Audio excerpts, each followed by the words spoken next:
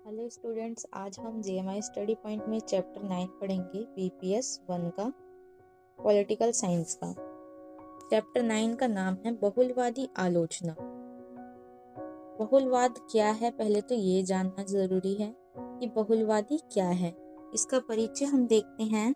संप्रभुता की अद्वैतवादी धारणा के विरुद्ध जिस विचारधारा का उदय हुआ, यानी किसी दो विचारधारा के टकराव से आपस में उस एक दूसरे के विरुद्ध से जो एक नया विचार निकल कर आया, उसे हम राजनीतिक बहुलवाद कहा करते हैं, या राजनीतिक समुदायवाद या बहुत समुदायवाद कहते हैं। इसे अद्वैतवादी विचार का विरोध करता है ये। और बहुलवाद के अकॉर्डिंग राज्य की जो शक्ति है वो उसके पास ना होकर विभिन्न तत्वों के पास होती है। इसे ही बहुलवाद कहा जाता है। एग्जाम्पल फॉर, जैसे प्रेसिडेंट की जो पावर है वो प्राइम मिनिस्टर ही यूज करते हैं और प्रेसिडेंट के पास नाम मात्र के लिए है, तो वही एक तरह का बहुलवाद कहला गया। बहुलवाद को संप्रभुता के अद्वैतवादी धर्म के विरुद्ध एक ऐसी प्रतिक्रिया कहा जा सकता है जो अगर राज्य के अस्तित्व को बनाए रखना चाहती है तो किंतु राज्य प्रभु सत्ता का अंत करना उचित समझती है। अद्वैतवादी धारणा और विचार, राज्य होना चाहिए लेकिन शक्ति नहीं, इसकी यही विचारधारा है। अद्वैतवाद जो धारणा है उनका कहना है कि राज्य हो लेकिन उसके पास शक्ति ना हो। इसके समर्थक हैं जर्मन दार्शनिक हेगेल। संप्रभुता जो है सर्वोच्च शक्ति है, ये सबको पता है। व्यक्ति विशेष के पास यह शक्ति होनी चाहिए। वर्तमान में बहुलवाद कहता है कि शक्ति एक व्यक्ति के पास हो तो वह निरंकुश मनमानी करे या अव्यवस्था उत्पन्न हो सकती है। इसलिए सर्वोच्च शक्ति संप्रभुता का कहना है कि राज्य में एक ही व्यक्ति शक्तिशाली हो सकता है। बहुलवाद की अब जो परिभाषा है, वैसे तो हमने पढ़ ली, लेकिन परिभाषा का मतलब यहाँ पर होता है कि जो अलग अलग दार्शनिकों ने, अलग अलग थिंकर्स ने अपने अकॉर्डिंग जो कहा है उसको लेकर। बहुलवाद का जो अर्थ है सिंपल सा वो यही है। बहुलवाद के अनुसार राज्य की शक्ति एक के पास ना होकर विभिन्न तत्वों के पास शक्ति होनी चाहिए, इसे ही बहुलवाद कहा जाता है। परिभाषा जो है लास्की के अनुसार, लास्की एक थिंकर हैं, इनके अनुसार समाज के ढांचे को पूर्ण करने के लिए संघात्मक सरकार होनी चाहिए। इसे ही लास्की जो है वो बहुलवाद मानते हैं। संविधान की 7वीं अनुसूची में शक्तियों का विभाजन किया गया है। अगर आपने कॉन्स्टिट्यूशन पढ़ा है इससे पहले तो आपको पता होगा कौन सी अनुसूची में क्या हमें इम्पोर्टेंट पढ़ने को मिलता है, जानने को मिलता है। हमारे संविधान में जो कानून है उसको लेकर कहाँ पर किस अनुसूची में क्या लिखा गया है। बहुलवादी राज्य जो है, राज्य में जो शक्तियां हैं वह विभाजित होती है। शक्ति के स्रोत एक से ज्यादा होते हैं। समर्थक जो है इसके हैरोल्ड लास्की ऐसा मानते हैं। बहुलवाद के विकास में सहायक तत्व, इससे पहले हमने ऑस्ट्रिन का संप्रभुता का सिद्धांत पढ़ा था। आई होप कि आपको समझ में आया हो। संप्रभुता हमने इससे पहले पढ़ा। बिगनिंग में हमने राजनीति को पढ़ा। राजनीति के बाद हमने राजनीति के डायमेंशंस को पढ़ा, प्रकृति क्या है। उसके बाद हमने राज्य को पढ़ा। राज्य के बाद राज्य और राष्ट्र में डिफरेंस क्या है ये हमने जाना 3rd चैप्टर में। फिर 4th चैप्टर में हमने ये पढ़ा कि राज्य के पास जो तत्व हैं, उसके एलिमेंट्स हैं, वो क्या क्या हैं और क्यों इम्पोर्टेंट है।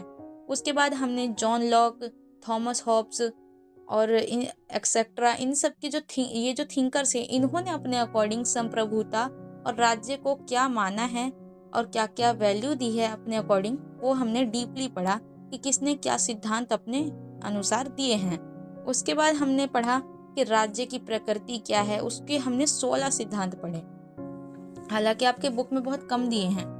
उसके बाद हमने चैप्टर 7 में संप्रभुता जैसे एक शब्द को, टॉपिक को हमने पूरा एनालाइज किया, पढ़ा। उसमें हमें एक अधिकार शब्द को लेकर अधिकार वाला एक चैप्टर है जो अलग होना चाहिए, वो दिया हुआ था, हमने उसे जाना। उस अधिकार के साथ साथ तब हमने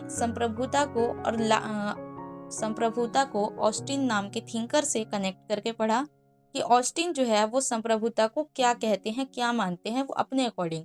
संप्रभुता की डेफिनेशन उन्होंने क्या दिए, उस चीज को लेके हमने चैप्टर 8 पढ़ा। उसके बाद यही चीज कनेक्ट होती है यहाँ पर बहुलवाद को लेकर। इतने सारे चैप्टर्स को हम रिकॉल मेरे कराने का ये मकसद था ताकि मैं आपको ये बता सकूं कि जो बहुलवाद जो शब्द है ये कुछ नया नहीं है। उन्हीं सब थिंकर्स के थॉट्स को मिलाकर जो एक नया विचार उत्पन्न हुआ समाज में, नई जो सरकार बनी, नए जो थिंकर्स आए, थिंकर्स ने अपनी जो बात रखी उसमें बहुलवाद शब्द का यूज हुआ। तब वहाँ पर बहुलवाद की परिभाषा भी आई, सिद्धांत भी आए और आलोचना भी हुई, यानी कि इसको क्रिटिसाइज किया गया। अपने अकॉर्डिंग सबने इस पे गलत कहा कि ये जो शब्द है, ये जो आप थॉट रख रहे हैं, ये गलत है। तो यहाँ पर बहुलवाद की कई लोगों ने इस तरह परिभाषा दी। ऑस्टिन के बारे में तो हमने पढ़ा है। ऑस्टिन के बाद हम बहुलवाद में लास्की के अनुसार हम देखते हैं। और लास्की जो हैं, हैरोल्ड लास्की इनका पूरा नाम है, इन्होंने कुछ सहायक तत्व भी रखे हैं कि बहुलवाद को अगर डेवलप करें हम किसी कंट्री में तो वो किस तरह उसके सहायक तत्व हो सकते हैं। आप यहाँ देख सकते हैं, कुछ पॉइंट्स हैं। पहला पॉइंट है, राज्य की संप्रभुता के विरुद्ध प्रतिक्रिया के फलस्वरूप हुआ। 17वीं से 19वीं सदी तक संप्रभुता थी, लेकिन वर्तमान जो अभी हम वर्तमान की अगर बात करें तो यहाँ बहुलवाद आया। हीगल के विचार, इन्होंने ईश्वर का प्रतिरूप राज्य को माना, तो हीगलवादी राज्य के विरुद्ध प्रतिक्रिया भी दिखाई। हीगल एक थिंकर थे। राज्य की अयोग्यता को बताया इन्होंने कि शक्ति किसी राजा या एक व्यक्ति विशेष या संप्रभु के पास होने से वह भ्रष्ट भी हो सकता है। ऑब्वियसली अगर किसी एक ही पर्सन के पास पूरी पावर होगी तो वो कभी भी अपनी उस शक्ति को, पावर को यूज करके तानाशाही हो सकता है। जैसे कि आज के प्रेजेंट टाइम में अगर हम किसी कंट्री की बात करें तो नॉर्थ कोरिया सबसे बड़ा एग्जाम्पल है आप सबके सामने, जहाँ पर वो जो किम जोंग, जो वहाँ का जो राष्ट्रपति है, वो एक तरह से तानाशाही गवर्नमेंट कह सकते हैं।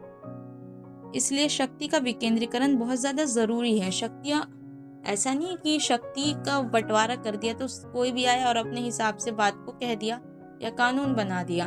लेकिन यहाँ पर अगर पावर्स को डिवाइड करते हैं हम, तो उसको कोई क्रिटिसाइज तो करेगा, लेकिन उसको मिसयूज नहीं कर सकता, क्योंकि उसको क्रिटिसाइज करने के लिए और भी लोग हैं। इसी तरह पक्ष और विपक्ष दोनों सत्ता में होते हैं, तो पावर किसी एक के पास होने से वो तानाशाही कभी भी हो सकता है। अगर उसके पास पब्लिक का दबदबा ना हो, पब्लिक कुछ ना कहे, वो कभी भी तानाशाही हो सकता है। मध्यकालीन संघवादी विचारकों का इफेक्ट यहाँ पर पड़ता है, यानी मिडिवल टाइम पीरियड की बात अगर हम कहें, वहाँ संघवाद नाम का शब्द आता है। उसी को हम बहुलवाद भी कहते हैं, चाहे संघवाद कहिए या बहुलवाद कहिए, दोनों सिमिलर है। संघवाद राज्य की सत्ता, यहाँ पर मिस्टेक है, सत्ता होगा यहाँ पर लिखा, सत्ता का शक्ति विभाजन, जैसे भारत में संघात्मक सरकार। इसमें विचारों का कहना है, विचारकों का, कि संप्रभुता एकात्मक ना होकर बहुलवादी होनी चाहिए। श्रमिक वर्ग का विभाजन जो हुआ, विकास जो हुआ यहाँ पर, इससे ये बात उभर कर समाज में आई कि श्रमिकों का विकास व उन्नति उतनी ही जरूरी है जितना बाकी आम जनता का।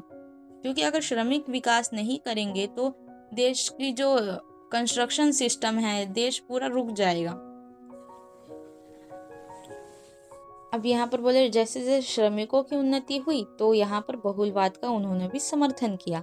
कि बहुलवाद के सिद्धांत क्या है, अब शॉर्ट में अगर देखें तो वर्तमान समय में अनेक विद्वानों ने राज्य की संप्रभुता की आलोचना की है और बहुलवादी विचारधारा का समर्थन किया है। इनमें से कुछ प्रमुख विद्वान हैं MacIver, Lindsay, Barker, GDH Cole, Miss Follett, Gierke, Maitland and Harold Laski etcetera. अब इस सिद्धांत को अगर हम ब्रीफ में पढ़ें तो इम्पोर्टेंट ये सिद्धांत है, ये क्या कहना क्या चाह रहे हैं इस सिद्धांत। बहुलवाद के प्रमुख सिद्धांत में बहुलवाद विचारधारा के प्रमुख महत्वपूर्ण सिद्धांत निम्न प्रकार समझ सकते हैं हम। पहला कि सर्वोच्च संप्रभुता का विरोध हो रहा है यहाँ पर, कि सबसे ज्यादा संप्रभुता नहीं होनी चाहिए किसी एक के पास, बंटवारा भले कर सकते हैं। राज्य अन्य समुदायों के समान नहीं होना चाहिए, राज्य जो है अन्य समुदायों के समान होना चाहिए, यानी कि यहाँ पर सेकुलर कंट्री होनी चाहिए। हर समुदाय एक बराबर है, सबको अपना अपना लाइफ जीने का अधिकार है, अपने अपने धर्म को लेकर स्वतंत्रता होनी चाहिए। राज्य और सरकार या समाज में कोई अंतर नहीं होना चाहिए। वैधानिक दृष्टि से संप्रभुता की आलोचना होनी चाहिए। क्यों? अगर जो कंट्री में जो प्राइम मिनिस्टर है, अगर उसको कोई विपक्ष ना हो तो वो मनमानी कर सकता है, वो बेढंगे तरीके से, गलत तरह से कंट्री को चला सकता है, अपने मन मर्जी से उसको कभी भी कोई भी नियम बना सकता है, अगर कोई उसको क्रिटिसाइज ना करे, विपक्ष पार्टी ना हो तो।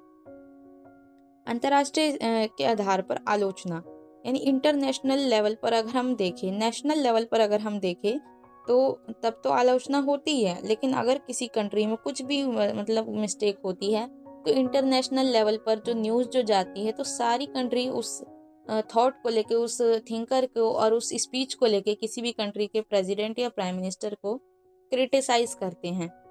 बहुलवाद नियंत्रित राज्य सत्ता में विश्वास करते हैं और इनके अकॉर्डिंग कानून राज्य से ऊंचा और स्वतंत्र है। बहुलवाद विकेंद्रीकरण में विश्वास करता है। बहुलवाद राज्य के अस्तित्व का विरोधी नहीं है।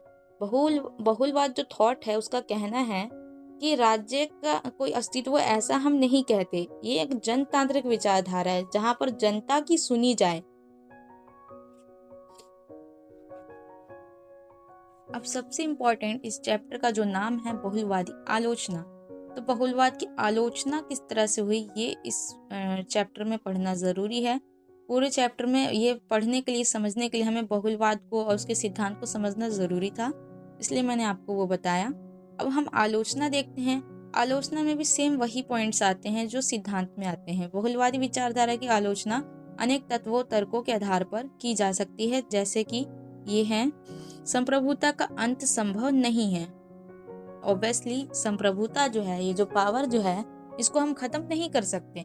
राज्य की उपयोगिता, यानी राज्य जो है वो किस तरह उपयोग हो रहा है पूरी कंट्री के लिए। सभी समुदाय समान नहीं या समान और स्तर के नहीं हैं। सीमित व्यक्तिगत स्वतंत्रता नहीं है या सीमित व्यक्तिगत स्वतंत्रता होनी भी चाहिए। अगर ऐसा भी है कि किसी के पास लिमिटेड स्वतंत्रता है तो वो भी एक तरह से अस्वतंत्र ही कहलाता है। लेकिन लिमिटेड तब कहलाई जाती है पब्लिक में स्वतंत्रता, जब पब्लिक जो है वो क्राइम ना कर दे कहीं। जैसे कि किसी भी पब्लिक को ये हक नहीं है कि वो किसी दूसरे को मार सके। इसलिए कई ऐसी पावर होती है जो पब्लिक के पास नहीं दी जाती, जो हमारे मौलिक अधिकार जो होते हैं और जो हमारी जो स्वतंत्रता है वो होकर भी एक तरह से नहीं है हमारे पास। पांचवी बात ये कि राज्य की सर्वोच्चता को अप्रत्यक्षता से स्वीकार करना, यानी डायरेक्टली नहीं स्वीकार किया जा रहा, राज्य की जो पावर है उसे इनडायरेक्टली स्वीकार कर रहे हैं लोग। बहुलवादी राज्य अराजक होगा या अराजकतावाद है, यह राज्य स्वीकार नहीं करता, लेकिन महत्व तो देता है और कई बार नहीं भी देता है। बहुलवाद अंतर विरोध से भरा हुआ है, यानी कि आपस में ही काफी मतभेद है बहुलवाद को लेकर। व्यक्ति स्वतंत्र नहीं होता यहाँ पर।